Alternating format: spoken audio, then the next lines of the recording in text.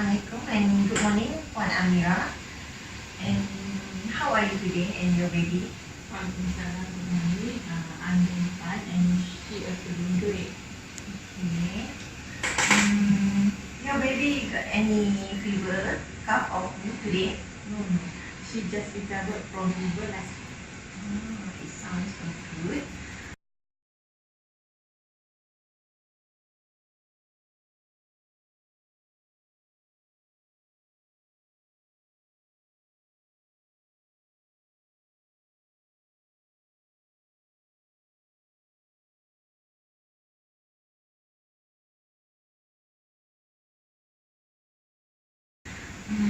Today your baby already 1 month, useful. Assessment for 1 month already done. Now I will explain about vaccination for 1 month. For 1 month baby, the vaccination we will give is a hepatitis B second dose. This vaccine help to prevent inflammation of liver. Oh, actually, this is my first baby, so I don't have any experience regarding vaccination. How does this work? Can you explain how can hepatitis B can be transmitted? Okay. Actually, hepatitis B is transmitted via contact with body fluids such as saliva secretion, semen, blood transfusion, sexual intercourse, and sharing in contaminated needle with others people. Why it is so important we need to follow the vaccination schedule? While some vaccination we need to do this first dose, second dose, third dose, and sometimes got booster dose. Okay. Some vaccination given protection in limited time. That's why extra dose or booster need to ensure antibody in maximum level. If your baby skip or if your baby skip dose or booster, your baby is not in proper protection. Is there any side effect of vaccination? Okay, don't worry, madam. The side effect for vaccination is very mild, such as a mild pain, redness, and mild fever. But why this vaccination need to give to the baby? Why just we wait them until they become adult and we give the vaccination? Okay, child and baby have a high risk to get inflammation and infection compared to adult because their immune system is lower than adult. That's why this vaccination given during childhood. This vaccination given to protect child from any complication. This can threaten their life. So, is it vaccination give 100% protection to my baby? Actually, the effectiveness of this vaccine is not 100%, but response to vaccine are different from individual to another person. Protection from who get vaccination are more better than who are not protected with vaccine.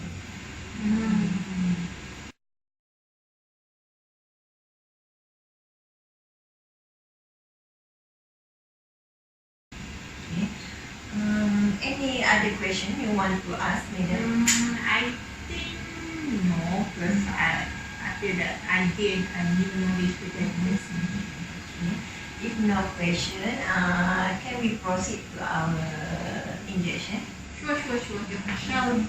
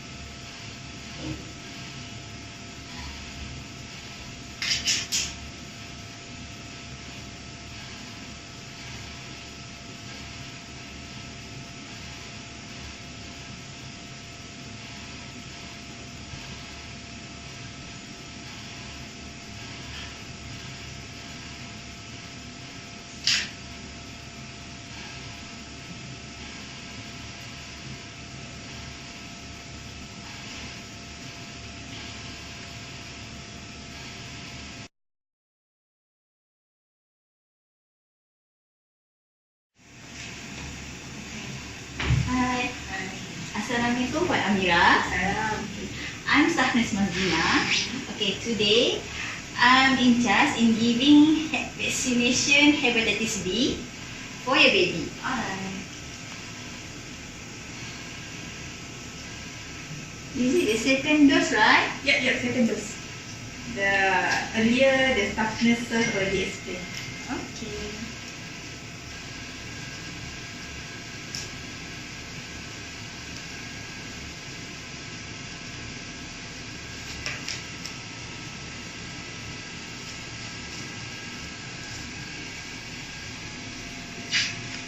Okay, during the injection, can you please hold your baby firmly? Sure.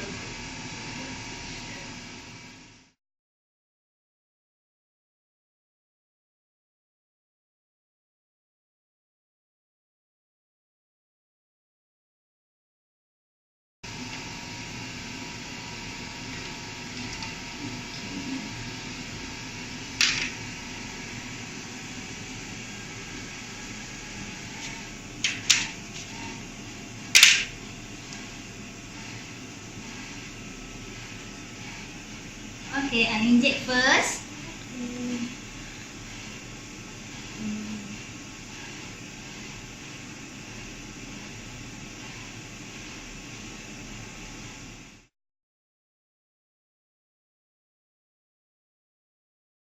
Okay, good girl. Okay. Thank you. Okay, for now, do not apply any ointment, hot or cold compress at the injection site. Okay, sure.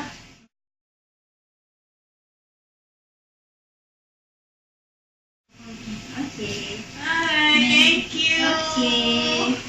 May you wait outside first. I want to write for documentation. Okay, sure.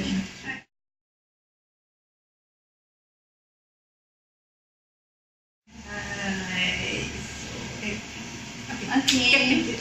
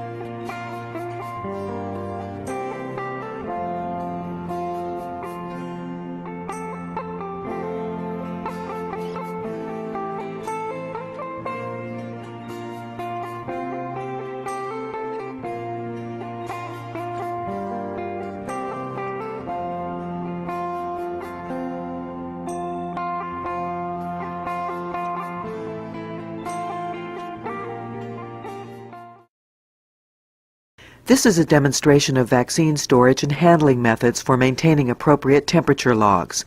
This video is designed to provide you with basic tips on how to avoid mishandling expensive vaccine. Clinics under the Vaccines for Children program should refer to their provider agreement for more requirements. Check with your prescribing authority or with your immunization program health educator if you have questions regarding proper storage and handling of vaccine, or if you need further resources on vaccine storage, handling, and temperature monitoring. Vaccine, like some other medications, is sensitive to temperature. Some vaccines are also sensitive to light. When vaccine becomes too warm, bacteria may begin to form inside the vial. Additionally, some vaccines are cold attenuated, which makes them ineffective once they reach room temperature. Vaccine that becomes too cold forms invisible ice crystals. These crystals destroy proteins in the vaccine and cause it to be less effective or ineffective. Vaccine that was stored at temperatures too warm or too cold is called subpotent. Vaccine that has been mishandled will not change color or appearance even when ruined.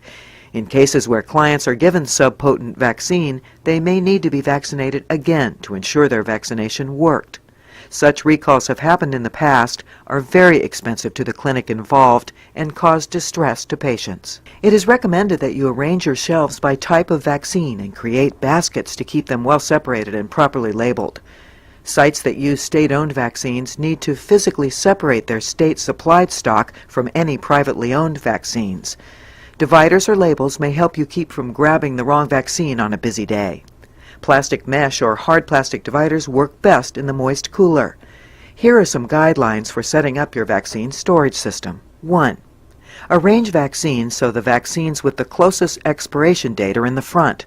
Assign a staff to rotate stock and check expiration dates monthly or whenever inventory is added to the refrigerator or freezer. 2. Keep water bottles or cold packs in the door or drawers of the refrigerator and freezer.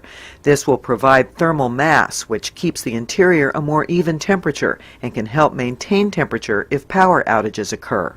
This will also conserve power and help extend the life of the refrigerator and freezer. 3. Place a Do Not Unplug sticker near the outlet and make sure that cleaning and maintenance staff know not to disconnect the refrigerator during cleaning. Also place a Do Not Shut Off sticker on the circuit breaker for the vaccine refrigerator and freezer. 4. Place a temperature guidelines magnet on the outside of the refrigerator. Refrigerated vaccine must be stored between 35 and 46 degrees Fahrenheit or 2 and 8 degrees Celsius. Frozen vaccines such as zoster, MMR, or varicella must be stored at 5 degrees Fahrenheit or minus 15 degrees Celsius or colder. 5. Assign staff to manage vaccine inventory and assign a backup. 6. If vaccine is moved, be sure to move your temperature tracking device with it. The tracker should always experience the same conditions as the vaccine. If you forget and leave them in different conditions, make a note of the time, date, and incident so you'll know why the readings are off. There are common errors that can lead to loss of vaccine. Here are a few tips on what to avoid. Do not store food in the vaccine refrigerator or freezer. This causes the door to be opened more often, exposing the vaccine to out-of-range temperatures. Do not place vaccine near the air vents. Vaccines that are too close to the vents may become too cold. When using a full-sized household refrigerator, do not store vaccine in the uppermost shelf, in the drawers, or against the walls. These locations do not maintain an even temperature and can cause spoilage. Remember, dorm-style refrigerators are not acceptable for vaccine storage. They do not maintain an even temperature and have a freezer unit inside of the refrigerator. Only lab-grade units or standard full-sized household fridges should be used for vaccine storage. If you suspect that your vaccine has been exposed to out-of-range temperatures, label it Do Not Use and contact your immunization program health educator. Each vaccine has a different tolerance for exposure to out-of-range temperatures, so further discussion will be needed to determine if the vaccine has been compromised.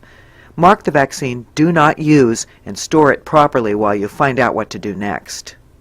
Food-style thermometers are not acceptable for temperature tracking. A certified and calibrated temperature device must be used. Contact your immunization program health educator to learn about acceptable storage and tracking device options. There are several methods to use for tracking the storage temperature of your vaccine. This is one type of electronic temperature tracker. This dial can be plugged into a computer USB port to upload temperature data. Some electronic models can be programmed to send an alert email or pager message if the temperature begins to go out of range. You must still check the temperature twice daily, and it is recommended that you download your temperature logs at least once a week. This is an analog temperature tracker. It should be placed with the vaccine and must be checked twice daily for temperature ranges. Appropriate temperature ranges are marked with a solid line. The paper disc is removable and tracks temperatures for 1 week before needing to be replaced. It is important to replace the disc to prevent it from overwriting the previous temperature data. This is an example of a log many clinics use to record twice daily temperature checks. If this is the method used by your clinic, be sure you know what temperatures are considered out of range so you can take action if temperatures are out of range. It is crucial that you're using a properly calibrated thermometer and that it is placed appropriately.